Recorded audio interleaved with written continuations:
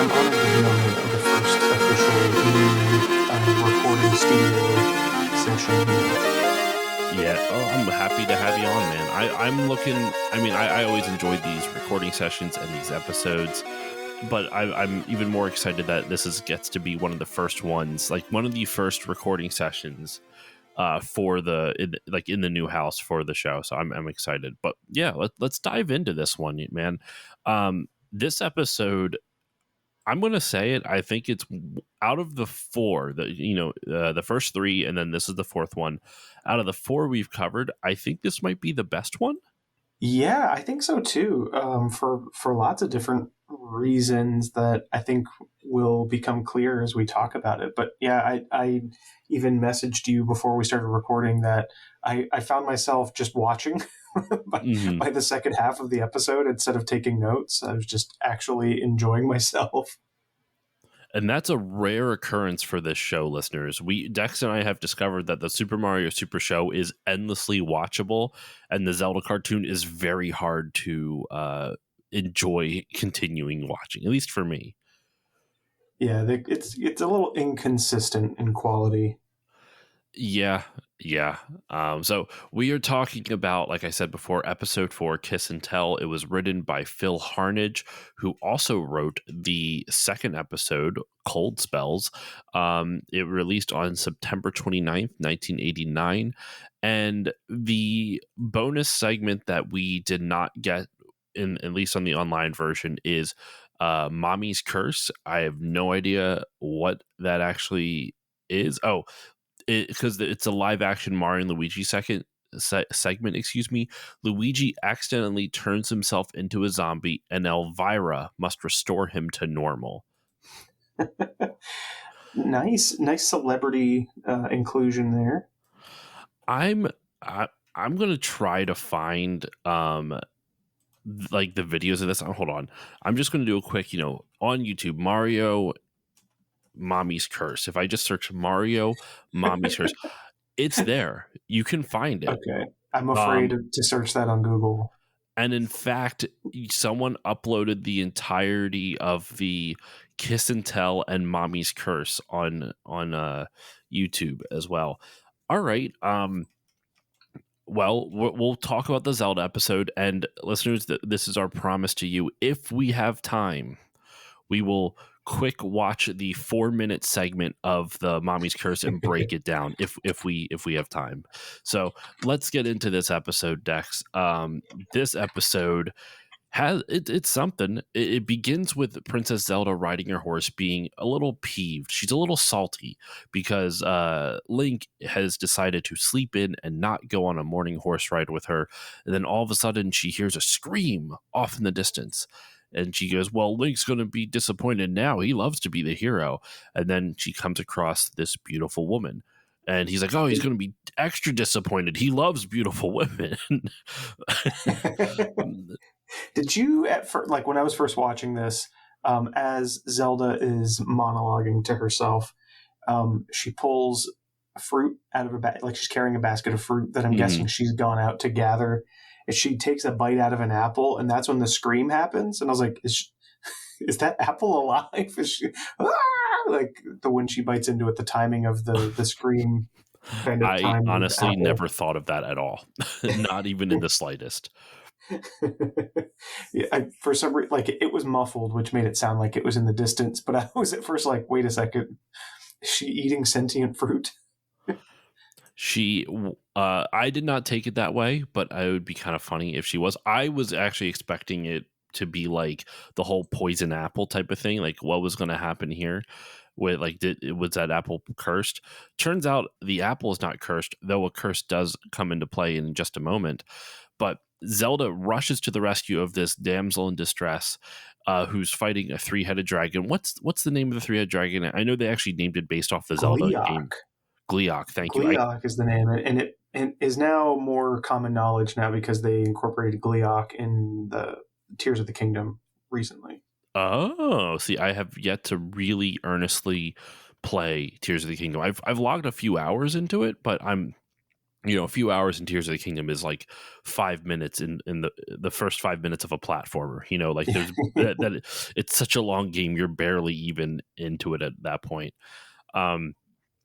But yeah, so uh, she tries to rescue this lady, and she throws a grapefruit at the dragon, and the dragon eats it. He's like, "Oh, grapefruit gives me heartburn." And then farts. Did you hear the fart sound? Does he fart? It's a Really? really faint little, like, Brr? electronic sounding fart sound. I'm going to have to listen to that. Brr. I was hoping it would be just like brr. Oh, hold on. I just heard it. It's almost like a death sound effect for a video game, like a brr type of Yeah, sound, or like an injury sound effect. yes, exactly. That's I was impressed interesting. with Zelda's aim and force because when she threw that grapefruit, it went perfectly in his mouth through the fire he was breathing. Through the So, fire like, and the flames, the grapefruit carries on. yes, she was throwing it with a lot of dragon force. Ah. We're informed today, Dex. And then she also chucks 2 lemons directly into the other head's mouths. And Yes, this backhanded, lady, like this reverse. fucking like I don't use this term often, but this bitch is like, I don't want to be rescued by a girl. I want a handsome hero. I'm like, I mean, listen, you already knew that this was not like what it appears to be because before Zelda even comes up, the dragons are like, this wasn't part of the plan. Just roll with it, type of thing. So something is up, something is staged.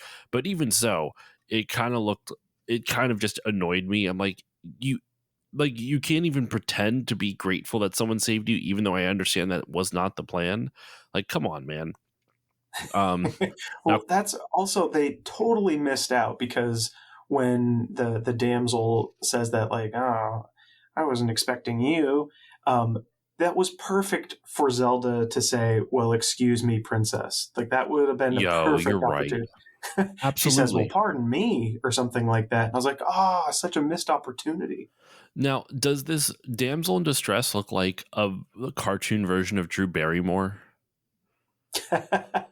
A little I can bit, see that. like I not can see that. 100%, like a little bit of the facial structure, like a younger Drew Barrymore, I can Um, see that. I was so thinking more of okay, go when ahead. Ursula takes human form in Little Mermaid. She's also got that kind of look to Mm, her. but this predates. Actually, it's the same year as Little Mermaid Pum pum because I pum. think Little Mermaid came out in '89, right? Yeah, Yes, I think you're right. 1989. Okay, hold on. When did it come out? What's it? May 20. Wait, that's the 2023 one. Hold on. You stupid. Why do you have to do all these stupid live action remakes, Disney? November 17th, 1989. This came Oh, out September 29th. Once again, it's not Captain N, but I'm using the same principle, Dex. Captain N did it first. oh my God! My Once God. again, Once again, it did it first. Well, after the damsel in distress is like, no, I don't want to be rescued by you. I want a handsome hero. That's when Link shows up and tries to fight Gleok. And I'm honestly impressed. I remembered the name because I am awful with remembering names right away. Um, he is able to zap away 2 of the heads, and then he's fighting it, and it's like whipping him around. Like he lands on top of the third head. He's about to like take it out, and it goes, no you don't, and falls backwards. And then Link grabs onto his tail, and the thing starts whipping him around. And I love that Zelda rescues him just by throwing a banana peel, and then Gleok slips, and that's just enough time for Link to be like, okay, perfect, and then zaps him and sends him away. it's so true. Yes, yeah. A couple things here. When Link starts fighting, it's a sick needle drop of the title music from the game, the original game. Hmm. I thought that was a great little battle song, battle version of the intro theme of Zelda. And then, yeah, same thing. I was like, Zelda's holding that banana really weird. Like the animation, or like she's holding the very, very tip of the banana because like there's a full banana shape in her hand.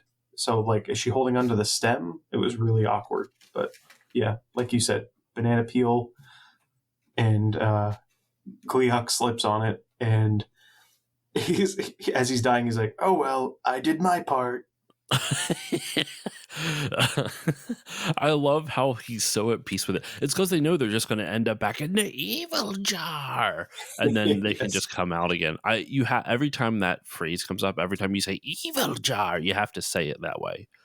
It's It's just true. an I was so happy to see it. I even wrote it down that way in my notes. The evil jar You returns. know what? It's taken a couple, we're like 8 episodes into this like new series of like, Mario and Zelda. That might be the new Kevin. Just once a Zelda episode, I have to go evil jar. Yeah, yeah. Ganon's in. We're about to get to him, but he's in full chewing up the scenery mode in this episode. His He's line in Ganon delivery. form. Yes, he's in rare Ganon form with some great range that we'll get to when he shows up. But yes, before that, we have the reveal that our damsel in distress has been in on it the whole time, which we pretty much knew that. But she turns into a Gibdo, which is in Zelda terms, it's just a mummy. And I was absolutely expecting them to revert like it's a mummy. Oh no! But they actually used the word Gibdo, and I was like, well done, Phil Harnage, doing your research Right? on what creature it is. But yeah, she tricks Link, and she's like, "Since you saved me, I'll give you a kiss." And Link is like, "See, Zelda, I'm about to smooch this chick in front of you." And they both, magic ensues. Link turns into a frog, and Magic ensues. What a great line right there. Magic ensues. as it does, magic ensues. Link turns into a frog, We're gonna, every time I record a podcast, like I hit record, magic ensues, and then we have an episode. Exactly. Oh my god! Yeah, we get the reveal of Now the she's been a Gibdo the whole time, and Link turns into a frog. the female Gibdo, a Gibda. I love Yeah, that. I like it, and I'm surprised there Now hasn't been more the deviant art on the Gibda. Like show it some love, like Bowsette, get some Gibda action. I know, right? Some hot Gibda action on Yeah. DeviantArt.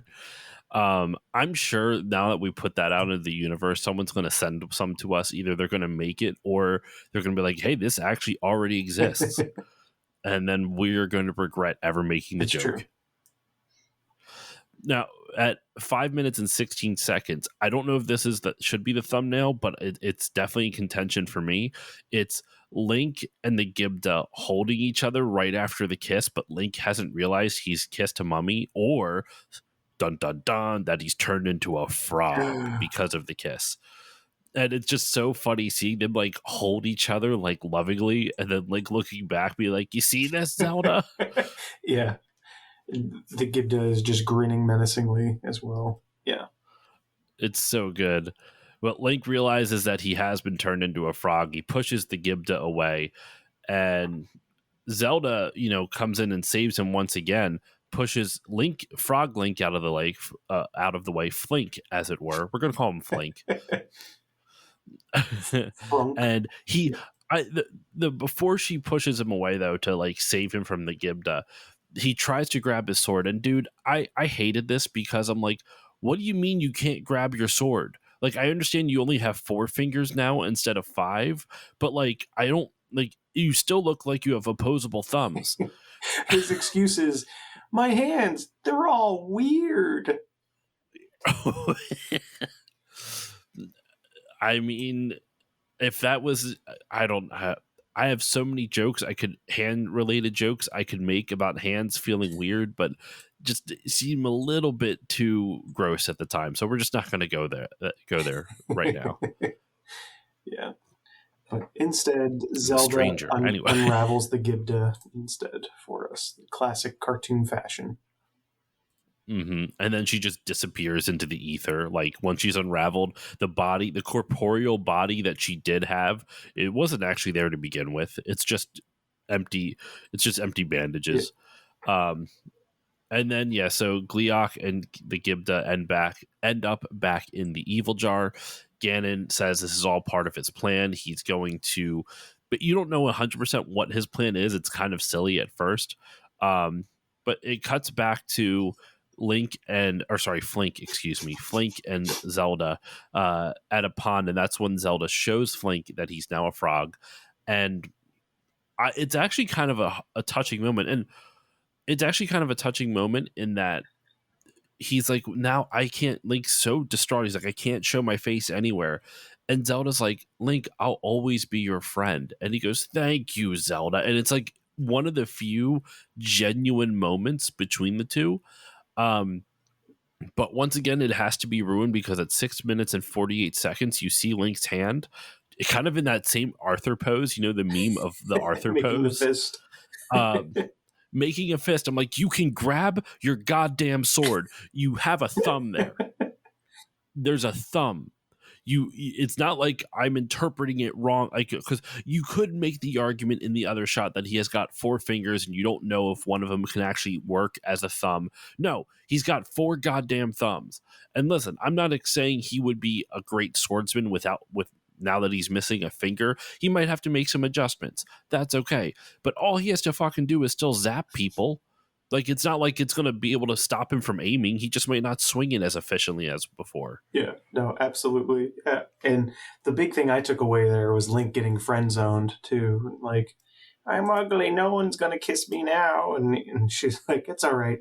I'll always be your friend. And I was like, ooh, friend zone. I mean, he had it coming. He doesn't deserve Zelda. I'm sorry. He's a prick in this show. This is true. Ganon tries to zap Link, and he jumps up into the air and bonks his head on a tree branch. Zelda tries to rush after him, or rush over to him, but then trips. And I got nervous. We entered into like a hentai because a bunch of tentacles showed up. Well, I was creeped out. Only to find out that it's an... yeah, I was like, what is this tree alive? No, it's an Octorok, which I still have... I guess Octoroks have that many, like, it's an octopus with a rock head, so I guess it works. For some reason, I thought they didn't have that many tentacles, but I guess they do. Yeah, the Octoroks are terrifying compared to in the games. Oh my god, are they? But I was also creeped out by Ganon's delivery because he's spying on them, having that heartfelt moment, and he's got his like high pitched like Skeletor voice, and then he goes, "Enough mush." Enough mush. But he like magic ensues. Enough mush, and magic ensues. But he says it. He drops his voice to this like really deep tone, and I was like, "Ooh, spooky Ganon." I also love that after he does this, right? Like after he kidnaps Zelda and he wants to dispose of Link, his method of disposing of Link, after all of this, he brings an Octorok with him. But he's like, you know what? Now that I got Zelda, I know how to get rid of Link. You 2 tiny ass spiders. You go after him. He name drops them too. I don't remember what. I thought they were like really tiny Tektites, and then I was like, I don't know. They've used Tektites before, and they weren't that small. So yeah, they weren't. Let me see what he says with it. Yeah, while you're looking that up, I was thinking the same thing too. Because later in the episode, he's like, "Link is still alive," and I'm like, "You put 2 spiders on him." That was it. It was just 2 spiders. And also remember, he's a frog, and they play into the joke. Frogs eat bugs, so of course they're going to use that trope. Like, you don't think that a frog wouldn't eat your 2 tiny ass spiders? Like, if it was a giant spider, I would be like, okay, that's all menacing, and also it would be kind of funny to have a frog get eaten by a bug. I get it, but in this, they're like, nah, just send 2 tiny spiders to take on this giant fucking frog. Yes. Especially when, even if he is a frog, Link has thwarted Ganon with more minions after him than 2 tiny spiders. That's just so this is stupid. where my notes, by the way, this is where my notes start to get smaller and smaller, because I was like getting into it at this point. Oh, I was never fully into this episode at all, but this episode has been better than the others. Link does go back to Hyrule Castle basically to get help, and also he's just so embarrassed that he looks like a frog now. And you see, why am I blanking? I was going to say Tink. It's not Sprite. Tinkerbell. Sprite. Yeah. Thank you. He sees Sprite trying to clean up, and he reveals himself to Sprite, and Sprite's like, "Oh my gosh, you're a frog now!" And he's like, What am I gonna do? How are we gonna save Zelda?" And a fly flies by and he eats it again, and they're like, "I don't know why I keep doing this. I can't control it." Yeah, it starts to turn into like The Fly with why can't I think of the actor's name? Jeff Jeff Goldblum. Goldblum. Yeah, where where he can't control himself because of this weird DNA splicing happening here. Well, the Triforce of Wisdom starts talking to Link. And this is where it basically puts him on a quest. One of the fastest quests I've ever seen, because we're about 9 minutes into the episode, and the episode's only 15 minutes long. So we have like he literally just, it's ridiculous. So what it tells him to do was that you need to find a wall that does not end underneath the bow that does not bend. And They need to and meet the that's where you wall will find witch. the Witch Yeah. of Walls. The Witch of Walls. And I think this is going to be my clip, because honestly, I actually really like the look of the wall, like how it's kind of a mosaic. I think that looks really Yeah. cool. And they go to an ironwood tree, which canonically does appear in Captain N, so that kind of works. You're right. I forgot about that. They used ironwood tree. I totally What? forgot Sorry. about that. That is it. Yeah, I thought it was kind of cool. And the wall that does not end, it only doesn't end because it just gets buried into the ground. And it's like, well, technically the wall ended there. I don't know what you're talking about. Like, what's it walling off underneath the ground? Like, that's just rock down there at that point. Yeah, I was expecting them to go But underground at that point. something like that. Well, the wall witch comes out, and it's literally just a woman who basically looks like a mosaic that just suddenly comes alive out of the wall. And this is where I think the audio clip that I'm going to use, and listeners, you probably already heard it. Sprite goes, "What is this, ugly people day?" Yes, I wrote that down as one of my notes. I It's actually so laughed me. out loud. I was like, "Oh, Link, burn!" Link's like, "I don't need this." What is this, ugly people day? I love that so much. Like, so much indignation. Like, what is this, And, ugly people day? Just so mad. and for our listeners too, with the look of our wall witch here, it reminds me a little bit of what was the character's name, like the Puzzler or whatever from Captain N, where they had to play games against. He was like made out of puzzle pieces. Do you remember that? Maybe. It's got that kind of look to it, like the puzzle master, puzzler, where yeah, like you said, she's kind of also made out of that same mosaic design as the wall is. So she's got a little bit of a Picasso face going on. Now, Dex, I also take it back. I have a better thumbnail for you for the episode. It's at 10 minutes and 21 seconds, but it's a very hyper-specific frame. Excuse me? So I'm going to send you a picture of the frame, and it's the wall witch grabbing Link's frog tongue out of his mouth, and he looks very pleased by it. That's all I'm going to say. I just texted you the picture. It should have been delivered now. It is. I think this may just have to be it. It's a little bit big. It's a little bit like of a wide. I see it. It's just so. I can't. It's Link's eyes that do it for me, because even if you go like literally one frame back, it's like back to the left. It's like both hands. One hand is on Link's tongue, the other is in his mouth. Honestly, any of those would work. Any of these will work for the thumbnail. But so anyway, she looks at Link's tongue. Flink, excuse me. I've misnamed him. He's Flink. Tells him that the only way to cure this curse is that he needs to be kissed by a princess. So now Link has to find a way to rescue Princess Zelda, who has been captured by Ganon. In that way, she can give him a kiss, and the curse can be broken. And Link does sneak into Ganon's lair, but right before Zelda's is able to give him a kiss, Ganon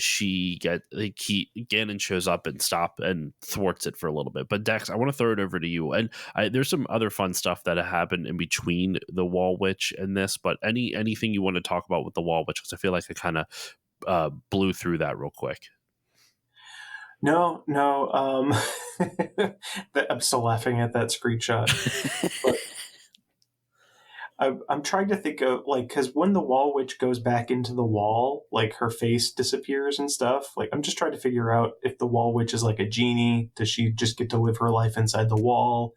Why does she only appear when people are standing in that spot? Like, I don't know. There's so much, so many questions about the Wall Witch. It was the only thing that stuck out to me, especially with how good they did with naming, Gleeok and stuff. That they made up this witch creature thing, mosaic. Yeah. I honestly thought they were going to go with the old lady that's in the original, like the one that sells you potions in the original Zelda. I thought they might go that route. I could see that. We went with Mosaic Wall Witch. I like the Wall Witch though. I think it's a fun character. Like I really enjoyed it. I also like when after this, like I said, Link has to go into Ganon's lair to rescue Zelda. He's like crawling on the underneath bridges, like Spider-Man, like on the ceilings of bridge, like on the bottom side of the bridges. I thought that was kind of cool. And wait, hold the goddamn phone for a second. So, listeners, I've said it before. We will watch the episodes in the background while we're recording these, and around 12 minutes and 26 seconds, Link bursts through the door to rescue Zelda. And as we defined earlier, Link could not hold his sword because his hands felt weird. Oh no. Burst through the door by blasting it with his sword. So he can still hold his sword. He figured it out. His hands are no longer weird. He's accepted his weirdness. He also swings it to rescue Zelda, to break Zelda's chains. And that's when he tells him of the plan and how, like, of the curse, and how, like, the only way to rescue him is for Zelda to kiss him. Ganon swoops in and stops him. And then a fight ensues. I was going to say that I did. We did leave that part out that the magic ensues. Sorry, go on. We did leave that part out that the Wall Witch told him, like, that was the point of the Wall Witch. She was like, you have to have a princess kiss you to turn you back. And he's like, that's not simple. You know how long I've been trying to get Zelda to kiss me? And she was like, I said it was simple, not easy. I love that. Yeah. Also, this, like, does Ganon know that that's how he turns back? Because, like, why did he let Zelda live if he knew she was, like, the one way? Oh, he explained that. He explains that he was going to use Zelda as ransom to get the Triforce from her father. Ah, interesting. Yes. Okay. But the way Link actually ends up thwarting Ganon, even though that was his big, evil, dastardly plan, is that Sprite kisses him, and it turns out Sprite is also a princess, but we had no idea. Her father is the king of the fairies. That's right. We had no idea. And they've been making her clean the castle. That's what's so odd about it. They actually bring it up in a later episode where you meet Sprite's family and everything, I believe. Because there's an episode of the show, maybe it was Captain N, but I thought it was this cartoon where, like, Zelda's dad is building, like, a water park. Of course. Yeah, I'm gonna have to, like, double check on this, but it's been a minute since I've watched it. I think that's what it was, but well, you know what? When we get to it, we'll find out. But Link defeats Ganon by zapping a tapestry that's hanging on the wall behind him. And because, he's now turned into human because Sprite kissed him. He zaps the tapestry behind Ganon. It falls on Ganon, and then he shoots the floor underneath Ganon, and Ganon falls. And they're like, we got to get out of here before he can use his magic to get back up. And they escape. Before magic ensues. Before magic ensues. before that is such a great line. I don't know why that tickled me so much, but just the line of magic ensues just really got me today. But they're walking through the forest. Then Link persuades Zelda effectively to kiss him now, because like, hey, like, can I get one anyway? She's like, oh sure. And just as they're about to, just as he's finally about to get his kiss, the frog habit comes back in, and instead of a tongue, he just grabs a fly out of midair with his bare fucking hand and eats it. Which honestly, like, it's gross. I wouldn't kiss him, but honestly, it's kind of impressive. It was very Karate Kid of him to just snatch the fly out of the air. But that was my last note, that I was like, okay, that was actually a pretty clever ending. It wasn't like your generic, really broad dad joke, and then everybody laughs, cut to credits. That was actually like, okay, that was actually a pretty good joke to end on. Very thematic with the whole thing, with the whole episode, too. Now, Dexter, this is the end of the episode, but before we go, do you think we got time to we'll take a quick break and we'll come and watch that Mommy's Curse 4-minute thing and come back? What do you think? I'm doing it. All right. I will send you the link, and listeners, no time will pass for you, or maybe a little audio break. But when we come back, we will discuss the live action Super Mario segment, Mommy's Curse.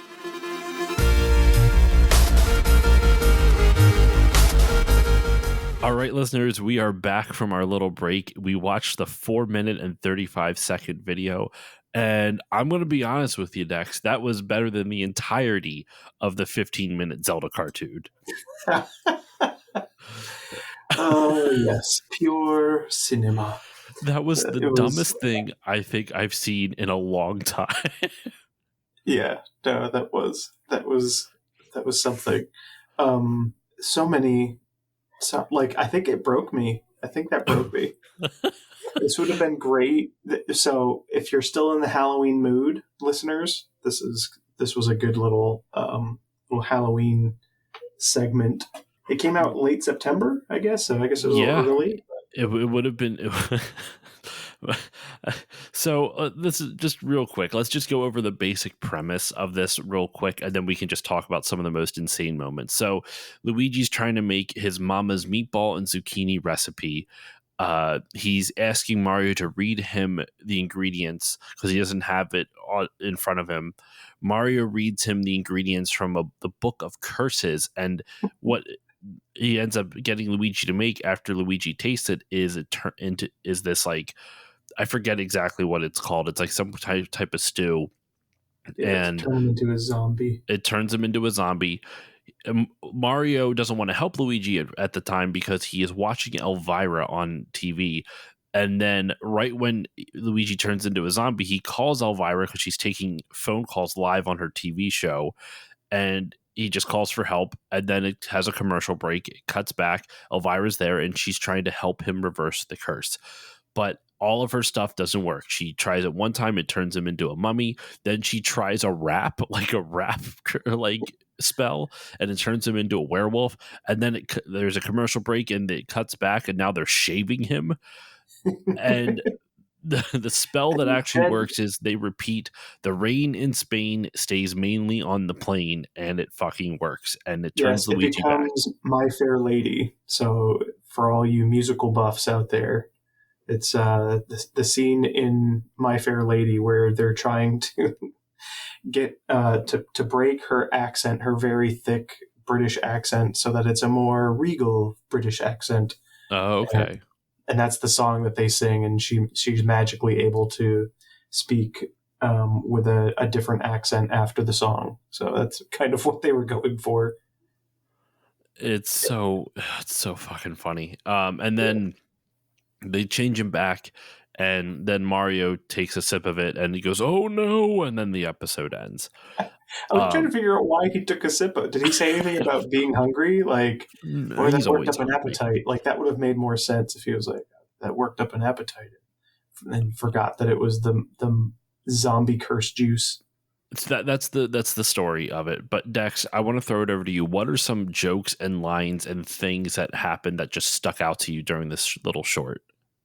I think the fact that Luigi turned into a zombie, but not by appearance, he just stumbled around and groaned.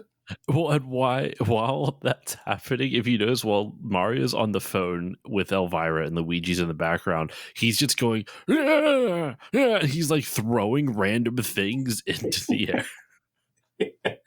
Yes, I loved that. I also enjoyed the joke at the beginning when Luigi does ask for help. He's like, "Does Mama's recipe feed 2 or 28?" And then he says, "Would you be a person and read it to me?" Yeah. Yeah. And then Mario's like, "Oh no, I read from the Book of Curses instead of Mama's recipe Well, book." here's the thing, though. Why does he have that? The ingredients he reads. Hold on, I'm gonna play it. Yeah. It's hair from a witch's wart. Add a dash of powdered toad and a couple of bats' tongues. And I love that Luigi does it like he has those ingredients on hand. Yeah. He doesn't even flinch. He's not He like, doesn't even "What?" flinch. He's like, I He's got just got that. those things. Yeah. I got those things. I got hair from a witch's wart. Yeah. Yeah, right over here. I need to know why they have that book and those ingredients in that workshop. I I and I need a love prequel to this episode. when I love how like they just have like a book of curses too, just sitting on the coffee table, just cause. Yes. And Um, it's the same color as Mama's recipe book. yep. But Elvira has a couple of funny jokes too. My favorite at the very end, Luigi goes, "Hey, I'm cured," and she goes, "Hey, but so are hams." Yeah. Yeah, that took me a second and then I was like, "Oh, Hams. Oh, Elvira." cured ham. I get it. Yeah. It is ridiculous and insane, and I loved every minute of it. I'm half tempted, Dex, if we can find the little 5 minute segments from the three previous episodes. I think we should do an extra episode maybe next month to cover the ones that we missed. Yes, I support that. Or like in place of the Mario episode 5, we would do the little segments. We'll think on it. We'll think on it. Yeah. But yeah, any final thoughts on either the Zelda cartoon, Dex, or the live action Elvira segment? Both were good, and Elvira, she did a great job. She was selling it big time. So she did a great job with her performance as well. But yeah, overall, I think we kind of said it at the beginning. I thought that this was a solid episode of the animated series. I enjoyed the name drops and some of the music was in there. That was great. Like I said, it got to the point where I was actually interested in how it was going to end, even though, this stuff doesn't have any crazy twists, like Mega Man becoming a real boy or anything. But no, overall, I thought this was a solid one, and I probably would rank it at the top so far out of the 4 we've watched. I would say so too. I also think that this live action segment elevated everything about the episode for me. I'm sorry, just like I love everything with Lou Albano and Danny Wells. Like everything they do is like gold to me because they sell every bit of it, no matter how stupid it is. It's just they just buy into it. I adore it. I adore it so much. Yeah, it's very charming. It's so fun. Yeah, no, I'm with you though, Dex. I think this was the best Zelda episode so far. I also think that this live action segment is great, and I can't wait to look at the other ones because they're so different.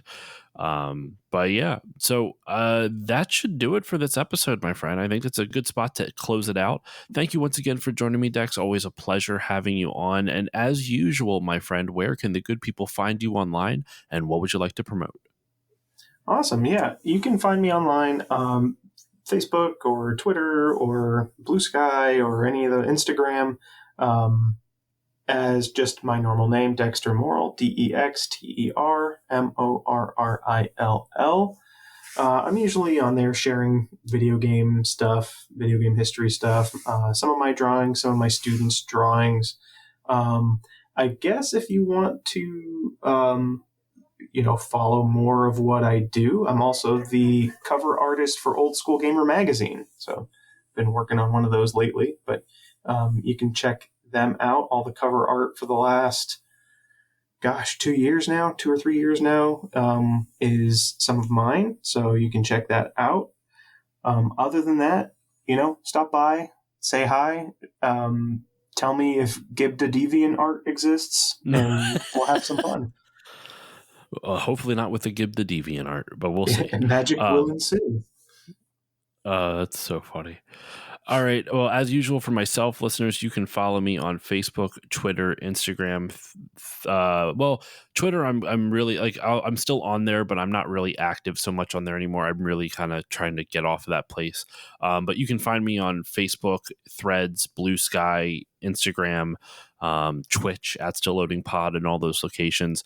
You can also at Still Loading Podcast on YouTube. If you like what you heard and you want to support the show, please consider giving it a 5-star rating or review on whichever podcasting service you use. It helps more people find the show, and it makes me feel warm and fuzzy, and I like feeling warm and fuzzy. You can also support the show over at Patreon, patreon.com/stillloadingpod. For $1 a month, you get all the episodes a little bit earlier with better audio quality, as well as access to patron voting rights, which at the time this is being recorded, there is actually a Patreon poll going on. By the time this comes out, it will be done, but it was a whole bunch of PS4 games that were up on the poll this time, and right now I will have to see what happens. It may get decided with a coin flip, but Ukulele and The Last Guardian are tied with votes, so we're gonna have to see who wins the poll. But if you want to participate in a poll and help guide the direction of the show, you can do that for as little as $1 a month over there on Patreon. Patreon.com/stillloadingpod. For $3 a month, you get everything I mentioned prior, plus patron shoutouts, which you heard at the beginning of this episode. For $4 a month, you get everything I mentioned prior, plus 2 mini bonus episodes every month. And for $5 a month, you get everything I mentioned: the bonus episodes, the patron shoutouts, the early access, the voting rights, plus access to my monthly movie podcast, which when the month this comes out is the finale of Still Bonding, which I mentioned earlier in the episode. It's actually out on the free feed as well, but there are 25 episodes hidden behind that Patreon paywall at the $5 level. And what's coming next? It is Still Family, my monthly Fast and Furious movie podcast. So we'll be covering all those up next. So that's all over at patreon.com/stillloadingpod. But that's it. That's all the time we have for you on this episode of Still Loading. Thank you all so much for listening. Dexter, thank you once again for joining me. Yeah, thanks. And with all that said, listeners, I will see you all next time.